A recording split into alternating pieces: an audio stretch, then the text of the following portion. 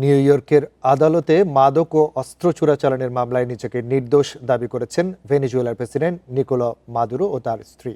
এছাড়া নিজেকে এখনও দেশটির প্রেসিডেন্ট দাবি করে মাদুরো বলেন তাকে কারাকাসের বাড়ি থেকে বন্দী করা হয়েছে। সোমবার নিউ ইয়র্কের আদালতে এসব কথা বলেন তিনি। নিউ ইয়র্কের ব্রুকলিনের আটক কেন্দ্র থেকে সোমবার হেলিকপ্টারে ম্যানহাটনের ফেডারেল আদালতে নেওয়া হয় ভেনেজুয়েলার প্রেসিডেন্ট নিকোলা মাদুরো ও তার স্ত্রী সিলিয়া ফ্লোরেসকে। হেলিকপ্টার থেকে নামার সময় দুজনকেই হাতকড়া পরানো অবস্থায় দেখা যায়। কঠোর নিরাপত্তায় নেওয়া হয় আদালতে। এই দৃশ্য ঘিরে আন্তর্জাতিক মহলে শুরু হয় ব্যাপক সমালোচনা। বিবিসি জানায়, মাদুরো আদালতে প্রবেশের সময় তার পায়ে ছিল শেকল বাঁধা। এরপর তার বিরুদ্ধে আনা অভিযোগ পড়ে শোনানো হয়। এ সময় নিজেকে নির্দোষ দাবি করেন মাদুরো। বলেন তিনি এখনও নিজ দেশের প্রেসিডেন্ট এবং কারাকাসের বাড়ি থেকে তাকে তুলে আনা হয়েছে। মাদুরোর স্ত্রী সিলিয়া ফ্লোরেসও তার বিরুদ্ধে আনা সব অভিযোগ নাকচ করেন। প্রায় 40 মিনিট ধরে চলে শুনানি।